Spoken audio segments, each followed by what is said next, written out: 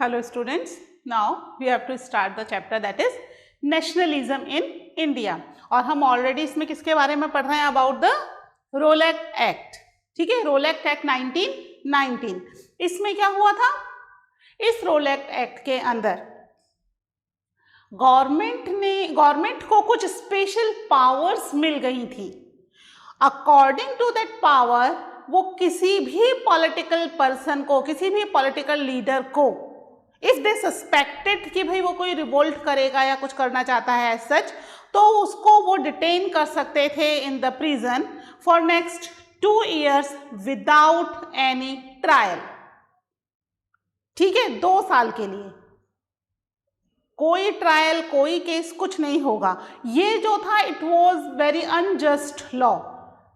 भाई किसी भी व्यक्ति को अगर आप जेल में डालते हो तो you have to be give them the reasons, at least ये प्रूव तो हो कि इसको लिए किस क्राइम के लिए उसे जेल में डाला जा रहा है. बट यहाँ पे तो कुछ बताना ज़रूरी ही नहीं था. इवन कोर्ट केस चलना भी ज़रूरी नहीं था. कोर्ट में मजिस्ट्रेट के आगे हम जो विद इन 24 hours होता है ना कि भाई मजिस्ट्रेट के आगे अगर किसी को भी पकड़ा गया है तो उसको मजिस्ट्रेट के आगे कन्फ्रंट करना ज़रूरी होता है. दैट वाज नॉट अलाउड, ज़रूरत ही नहीं थी. सस्पेक्ट है तो गवर्नमेंट को इतनी ज़्यादा पावर्स मिल गई थी. तो यहाँ गांधी जी उसके अगेंस्ट में एक सिविल डिसओबीडियंस मूवमेंट स्टार्ट करना चाहते थे और उसकी उन्होंने शुरुआत भी कर दी थी विद हड़ताल, जो कि शुरू हो गई थी 6 April 1919 को. अब ब्रिटिशर्स क्या शांति से ये सब होता देखेंगे? नहीं, है ना. वो नहीं चाहते थे कि किसी भी तरीके की कोई हड़ताल हो या कोई भी मूवमेंट चले. तो यहाँ पर उन्होंने जो भी लोकल पॉलिटिकल लीडर्स थे, एक्चुअली ये सब दिल्ली और पंजाब वाले एरिया में आसपास में हो रहा था, तो जो भी मूवमेंट चल रहा था उसको रोकने के लिए उन्होंने सबसे पहले तो वहाँ के लोकल लीडर्स को जेल में डालना शुरू कर दिया. ठीक है, कौन से local leaders? Basically it's Amritsar, है ना. अमृतसर के जो लोकल लीडर्स थे उन्हें उन्होंने पकड़ करके जेल में डालना शुरू कर दिया. ठीक है, local leaders were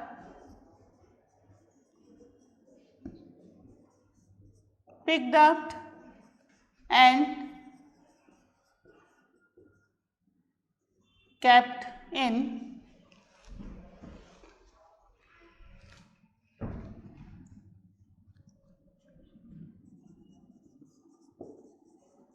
imprisonment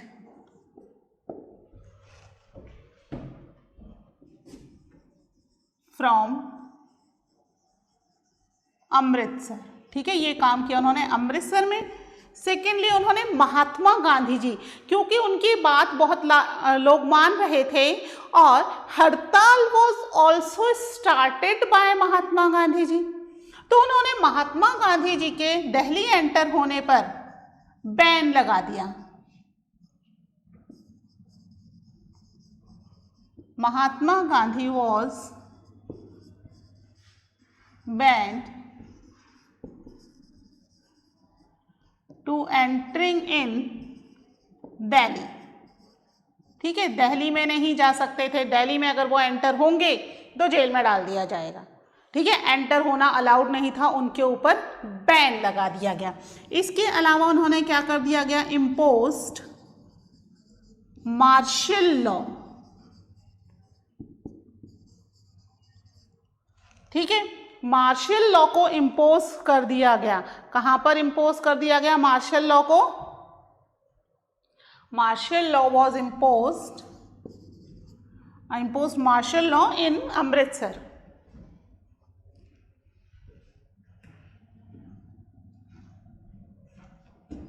martial law in Amritsar. ठीक है, ये मार्शल लॉ क्यों लगाया इन्होंने? क्योंकि इससे पहले क्या हुआ, 10 April को एक पीसफुल प्रोसेशन जा रहा था, उसके ऊपर ब्रिटिशर्स ने इनडिस्क्रिमिनेट फायरिंग करना शुरू कर दिया. तो यहाँ पर लोग बहुत ज़्यादा भड़क गए थे, बहुत ज़्यादा गुस्से में थे. अब गवर्नमेंट को लग रहा था कि इतने ज़्यादा मीन्स गुस्से वाले लोगों को, इतनी सारी एंगर्ड क्राउड को कंट्रोल नहीं कर सकते, तो उन्होंने मार्शल लॉ लगा दी। अब ये मार्शल लॉ क्या होती है, ये वर्ड पहले भी कई बार हम यूज़ कर चुके हैं, फिर भी मैं एक बार आपको एक्सप्लेन करती हूँ। मार्शल लॉ में क्या होता है बच्चों कि कोई भी व्यक्ति जो है वो ग्रुप में नहीं जा सकता, ठीक है। आप सिंगल एक एक दो दो व्यक्ति घूम सकते हैं बाजार में बाहर जाके, ग्रुप में नहीं जा सकता, मतलब सोशल डिस्टेंसिंग होना जरूरी है ना।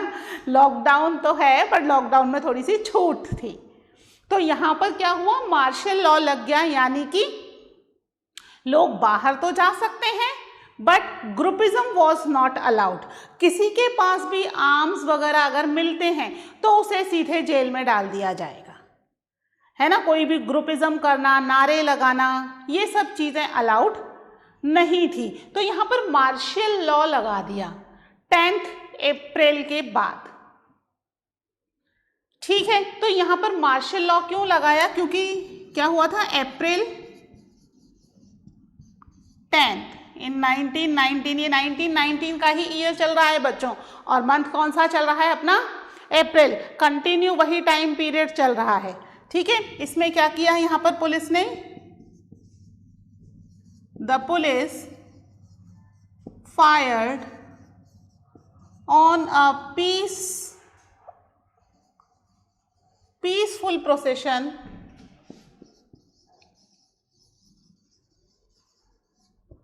ठीक है, पीसफुल प्रोसेशन, बहुत सारे लोग मिलकर के शांति से जा रहे थे, उसके ऊपर पुलिस ने फायर कर दिया। और इस फायर का नतीजा क्या हुआ कि उसके बाद अमृतसर के अंदर एक मार्शल लॉ लगा दी गई। ओके, आफ्टर 10 अप्रैल, डेट का ध्यान रखना, 10 अप्रैल के बाद मार्शल लॉ लगा दी गई।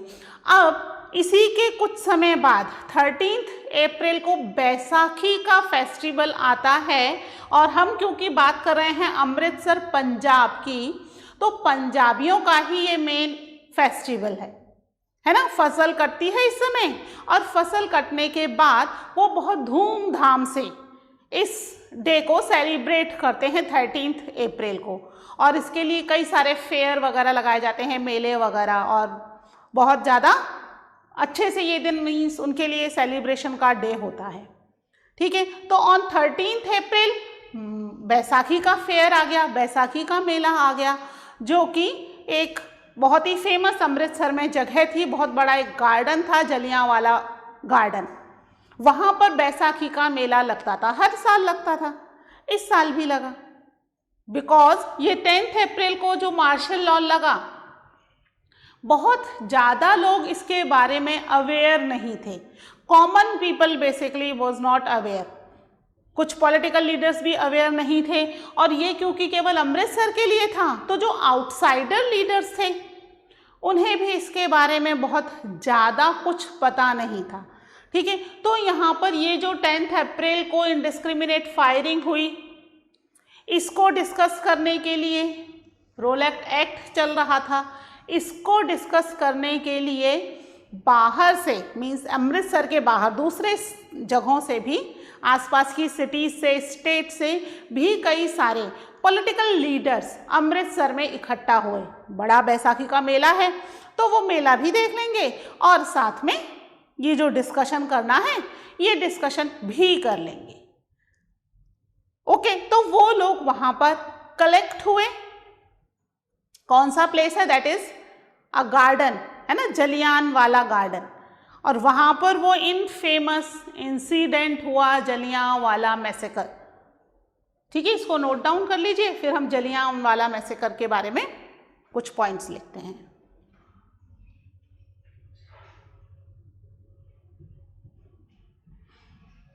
ठीक है, इसको रब कर दो। ये सब चल रहा है अगेंस्ट द रोलैक्ट एक्ट, है ना, रोलैक्ट एक्ट के अगेंस्ट में काम चल रहा है।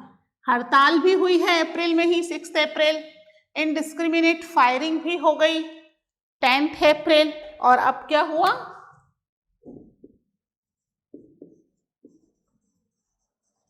द जलियांवाला इंसिडेंट,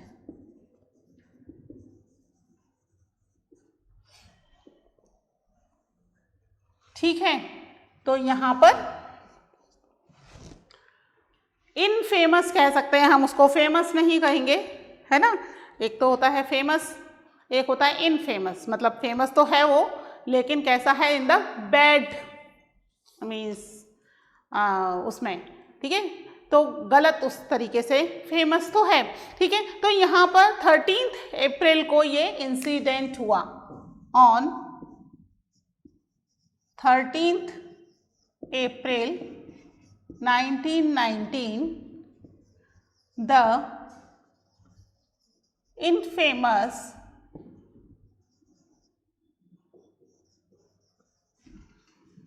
जलियांवाला, ठीक है, incident Jallianwala incident took place, ठीक है। अब इसमें क्या हुआ, people those who are unaware, ठीक है, लोगों को पता नहीं था, पीपल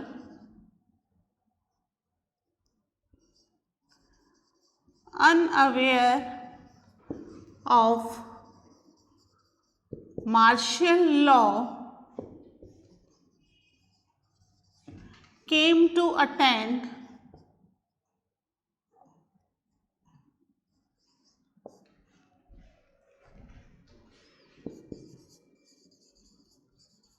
बैसाखी फेयर, ठीक है, बैसाखी फेयर इन जलियांवाला बाग, ठीक है। देखा है अमृतसर में ये एक बहुत अच्छा बड़ा बाग है, बहुत बड़ा गार्डन है अमृतसर में। अगर आप गुरुद्वारे जाओगे तो गुरुद्वारे के पास में ही है ये, है ना, गोल्डन टेम्पल जो है अमृतसर का फेमस गोल्डन टेम्पल, तो गोल्डन टेम्पल के पास में ही वॉकिंग डिस्टेंस ही है, ठीक है। वहाँ पर ये बहुत बहुत बड़ा अंडरग्राउंड है, वहाँ अभी भी इस जलियांवाला बाग इंसिडेंट को मार्क करके रखा गया है, ठीक है। अब तो वो गार्डन बेसिकली लोग इसीलिए जाते हैं इस इंसिडेंट को देखने के लिए कि भाई वो जो बुलेट्स वगैरह मारी गई थी वो अभी भी वहाँ पर दीवारों पर छपी हुई हैं, ठीक है। तो यहाँ पर बैसाखी के मेले को लोग अटेंड करने आए थे, देवर अनअवेयर, है ना, उन्हें पता नहीं था कि मार्शल लॉ लगा हुआ है। और यहाँ पर कुछ पॉलिटिकल लीडर्स भी थे, चलिए पॉलिटिकल लीडर्स के तो हम मान सकते हैं कि भाई वो जो पॉलिटिकल कॉन्स्पिरेसी करने आए थे उनके अगेंस्ट में ये इंसिडेंट हुआ, बट जो कॉमन पीपल थे, बच्चे थे, महिलाएं थी, they were not the part of that political conspiracy, उन्हें तो कोई मतलब ही नहीं था, वो तो जस्ट इस फेयर को एंजॉय कर रहे थे, बैसाखी के फेयर को। इंडिया में तो वैसे भी हम फेयर को बहुत एंजॉय करते हैं, चाहे कोई सा भी हो। इस बार दशहरा मेला नहीं लगा तो हमने कितना दुख हमें हुआ है ना, हम एक फेयर को एंजॉय करने से रह गए। बट उस दिन इस जलियांवाला बाग फेयर को एंजॉय करने के लिए लोग आए थे, और कुछ टाइम पहले ही लगा था 10 अप्रैल को मार्शल लॉ, तो they were not aware about it. और इस जो मार्शल लॉ की कमान थी वो जनरल डायर के हाथ में थी, ठीक है। तो यहाँ पर जनरल डायर ने क्या किया, when he came to know about कि भाई लोग इतनी अच्छी खासी भीड़ वहाँ पर इकट्ठी हो गई है जलियांवाला बाग के अंदर, और लोग मेला तो एंजॉय कर ही रहे हैं, कुछ पॉलिटिकल लीडर्स भी वहाँ हैं। तो अब यहाँ पर जो जनरल डायर हैं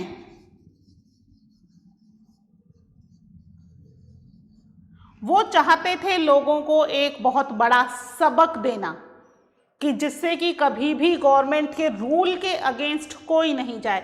तो जनरल डायर ने क्या किया, general Dyer blocked the exit point, ठीक है, एग्जिट पॉइंट को सबसे पहले उसने ब्लॉक किया। लोगों को पता नहीं है क्या चल रहा है, क्यों जनरल डायर इतनी सारी पुलिस फोर्स लेकर के वहां आया है, पीपल वर नॉट अवेयर, भाई आए होंगे क्योंकि इतना बड़ा मेला है तो may be the security purpose या कुछ पॉलिटिकल लीडर्स को अरेस्ट करने के लिए आए होंगे। तो यहाँ पर सबसे पहले उसने क्या कर दिया, एग्जिट पॉइंट्स को ब्लॉक कर दिया, एंड उसके बाद किया ओपन्ड फायर। ठीक है, ओपन फायर का मतलब इनडिस्क्रिमिनेट फायर। ये नहीं देखना सामने कौन है, बच्चा है, बुढ़ा है, मेल है, फीमेल है, कौन है, इनोसेंट है, पॉलिटिकल लीडर है। ठीक है, इसको नहीं देखना है। Open fire on the crowd.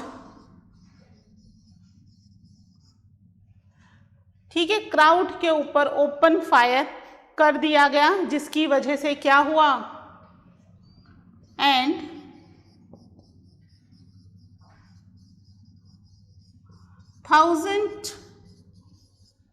thousands people were died due to this indiscriminate firing, this open firing on the crowd. यहाँ पर thousands of people were died because of this. ठीक है, जनरल डायर क्या चाह रहे थे कि इंडियंस के लिए एक ये बड़ा इंसिडेंट हो जिससे वो वापस से किसी लॉ के अगेंस्ट नहीं जाएं, बट इसके लिए इनोसेंट पीपल को भी उसने किल कर दिया। और यहां पर गिन नहीं सकते इतने साले, पूरे के पूरे गार्डन के अंदर केवल ब्लड ही ब्लड था। अगर आपने उस गार्डन को देखा होगा तो आपको पता होगा कि वो गार्डन कैसा है, चारों तरफ बड़ी बड़ी दीवारें, घर बने हुए हैं, गार्डन के जो बाउंड्री है उससे अटे हुए घर बने हुए हैं, है ना, बड़ी बड़ी दीवारें। तो लोग वो गार्डन, जैसे जनरल हमारे गार्डन कैसे होते हैं कि चारों तरफ जो बाउंड्री होती है छोटी छोटी होती है ना, जंप करके चले जाओ। लेकिन यहाँ तो जलियांवाला बाग का पर्टिकुलर एग्जिट पॉइंट था, वहां से ही बाहर आया जा सकता है। और बाकी का जो एरिया है वहां पर बड़े बड़े, क्योंकि घर उसी बाउंड्री से लगे हुए बने थे, तो वो बाउंड्री वॉल को जंप करके जाना भी पॉसिबल नहीं है, बाउंड्री वॉल है ही नहीं। समझ में आ रहा है? तो यहां पर लोग भाग ही नहीं सकते थे, और जो निकलने का रास्ता था एग्जिट पॉइंट को तो पहले ही क्या कर दिया, ब्लॉक कर दिया। वहां पहले ही अपनी पुलिस के लोग खड़े कर दिए कि भाई यहां से कोई भी भागने की कोशिश करे गोली मार देनी है। ओपन फायर है, सामने जो भी आएगा उसे मार दिया जाएगा। तो ये एक बहुत बड़ा इंसिडेंट हुआ just because of the Rowlatt Act. हम इसको कह सकते हैं जलियांवाला बाग मैसेकर। आप लोगों ने शायद इसको पहले भी पढ़ चुके हो इसके बारे में डिटेल में। ठीक है, तो ये जो मैसेकर हुआ इसकी वजह से इंडिया के लोगों में भयंकर दहशत और गुस्सा अगेंस्ट द ब्रिटिशर्स भर गया। उसमें बहुत सारे लोगों के अपने रिश्तेदार, जान पहचान वाले तो होंगे ही, प्लस ये जो इंसिडेंट हुआ ये तो बिल्कुल अनह्यूमन था, ह्यूमैनिटी के अगेंस्ट था। आप उसमें से पॉलिटिकल लीडर्स को पकड़ते, उन्हें मारते, तो भी हम कह सकते वो भी अनजस्ट ही होता, लेकिन फिर भी कम से कम इनोसेंट पीपल जिनका कहीं कोई पॉलिटिक्स से लेना देना ही नहीं है, वो तो कम से कम यहां पर नहीं मारे जाते। But just because of this, इसकी जो क्रिटिसिज्म है इंडिया में ही नहीं बल्कि जहां जहां भी ये खबर गई सभी जगह से ब्रिटिशर्स को इसके अगेंस्ट बहुत भयंकर क्रिटिसिज्म मिला कि ये जो किया है that was very wrong, it's not correct at all. तो ये जलियांवाला बाग मैसेकर की वजह से महात्मा गांधी जी उस समय जो बहुत बड़ा एक फिगर बन चुके थे इंडिया में, उनको भी बहुत भयंकर दुख हुआ कि ये क्या हुआ। जितने भी पॉलिटिकल लीडर्स थे उनको भी दुख हुआ। अब गांधी जी चाहते हैं कि एक लार्ज स्केल पर एक मूवमेंट शुरू किया जाए अगेंस्ट द ब्रिटिशर्स। ये जो जलियांवाला बाग मैसेकर हुआ, रोलेट एक्ट लगा दिया, इसके अगेंस्ट एक लार्ज स्केल पर मूवमेंट शुरू किया जाए। लेकिन वो मूवमेंट हिंदू और मुस्लिम दोनों ही कम्युनिटी के मिलने से संभव हो सकता था। ठीक है, it is not possible without Hindu Muslim unity. और हिंदू मुस्लिम यूनिटी उस समय थोड़ी थोड़ी टूटना शुरू हो चुकी थी। वैसे इंडिया में शुरू से ही हिंदू और मुस्लिम they were living together just like it is a brotherhoodness, but just because of the Britishers यहाँ पर ये थोड़ी यूनिटी खत्म होनी शुरू हो गई थी। अब गांधी जी चाहते थे वापस से ये यूनिटी हो जाए और कहीं ना कहीं हम मिलकर के ब्रिटिशर्स के अगेंस्ट एक बड़ा मूवमेंट शुरू कर सकें।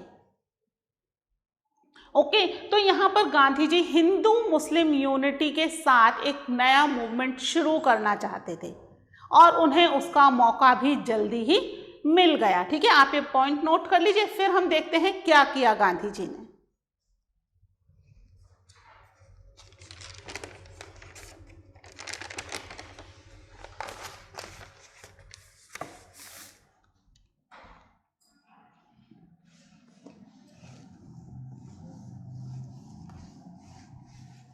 ये सब चीजें किसके अगेंस्ट में हो रही हैं? रोलैक एक्ट के अगेंस्ट में चल रही हैं, है ना।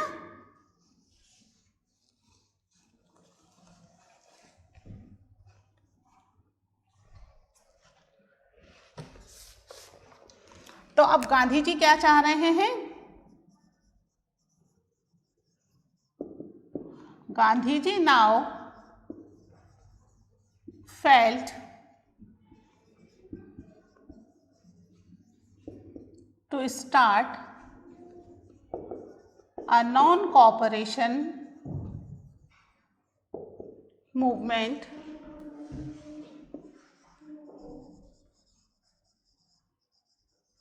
ठीक है, नॉन कॉपरेशन मूवमेंट स्टार्ट करना चाह रहे हैं, लेकिन ये क्या है?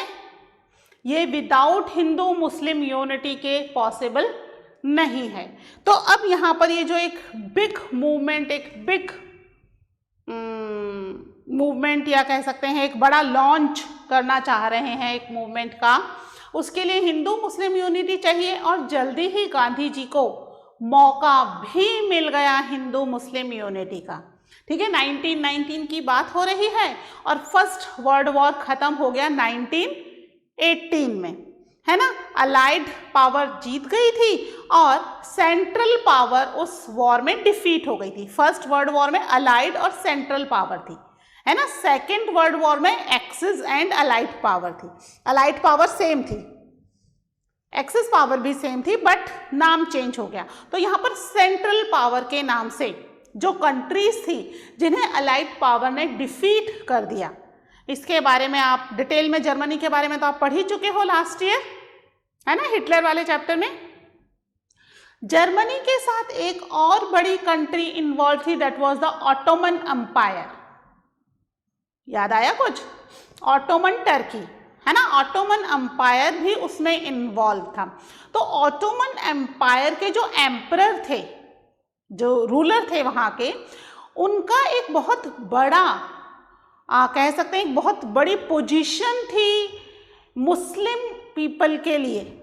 He was a spiritual head of the all Muslim unity in all over the world. केवल ऑटोमन एम्पायर या टर्की या एशिया के लोगों के लिए नहीं, वर्ल्ड में जितने मुस्लिम्स रह रहे थे उन सबके वो क्या थे? एक स्पिरिचुअल हेड थे।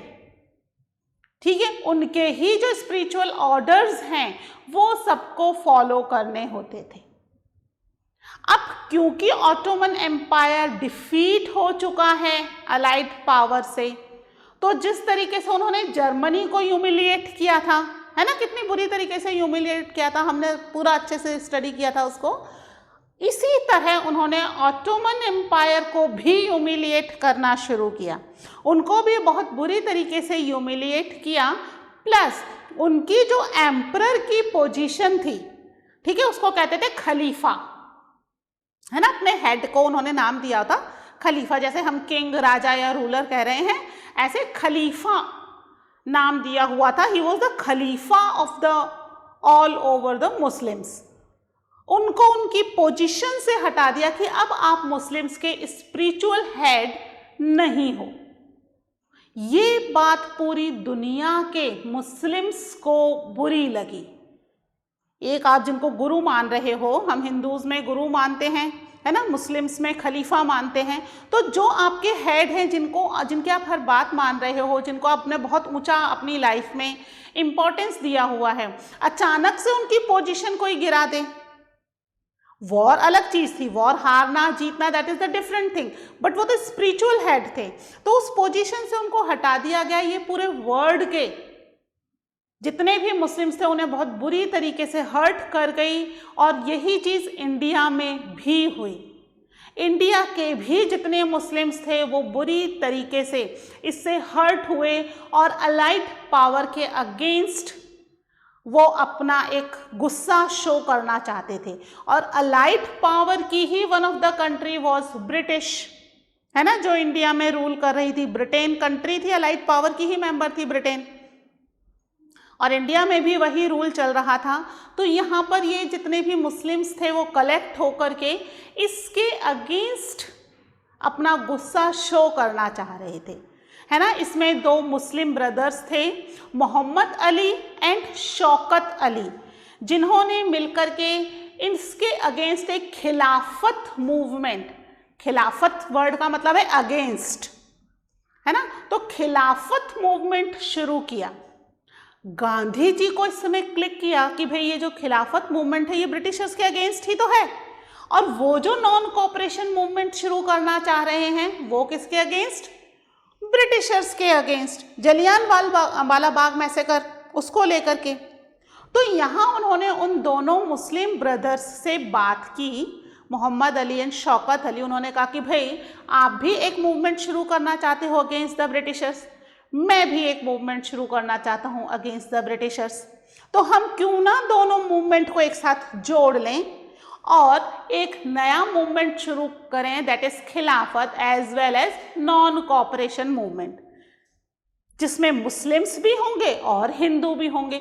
दोनों कम्युनिटी अगर मिलकर के इस मूवमेंट को करेगी तो मूवमेंट बहुत लार्ज स्केल पर होगा और बहुत ज़्यादा इसका असर पड़ेगा टू द ब्रिटिशर्स, और दोनों ही ब्रदर इसके लिए एग्री हो गए। नाउ फाइनली खिलाफत मूवमेंट, नॉन कोऑपरेशन मूवमेंट दोनों मर्ज हो गए, और गांधी जी जो चाहते थे हिंदू मुस्लिम यूनिटी के साथ एक मूवमेंट शुरू करना, वो मूवमेंट शुरू हुआ। ठीक है, क्या हुआ लिख लेते हैं हम इसको एक बार। In the first world war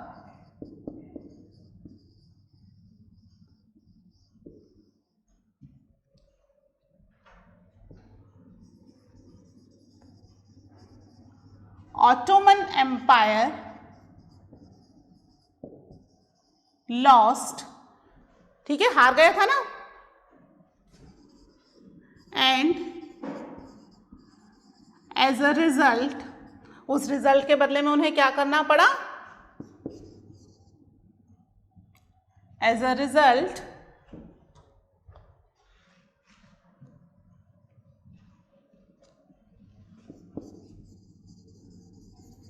Khalifa was, खलीफा मतलब इनका रूलर है, एम्परर है ये खलीफा, खलीफा वॉज ओवरथ्रोन, ठीक है, उन्हें उनके सिंहासन से हटा दिया गया, ठीक है, ओवरथ्रोन कर दिया गया, जिसकी वजह से क्या हुआ, एक मूवमेंट इंडिया में शुरू हुआ with the two Muslims brother, और इसने क्या किया, this incident gave a chance to Mahatma Gandhi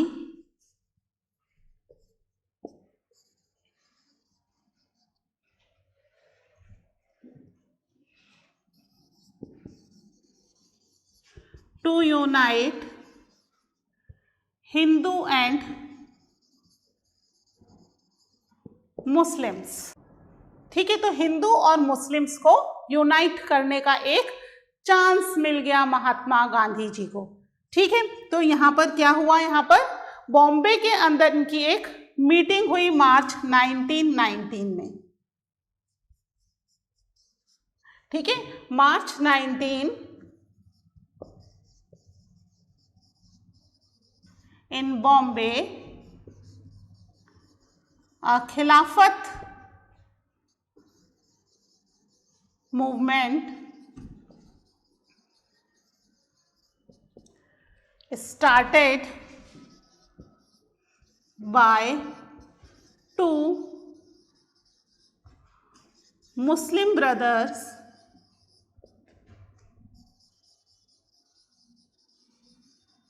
Mohammad Ali and Shaukat Ali.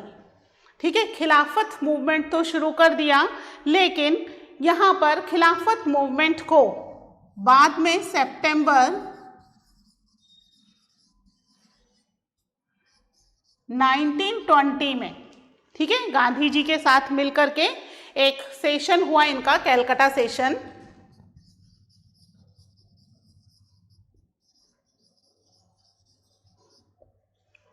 ठीक है, 1920 में कैलकाटा सेशन में गांधी जी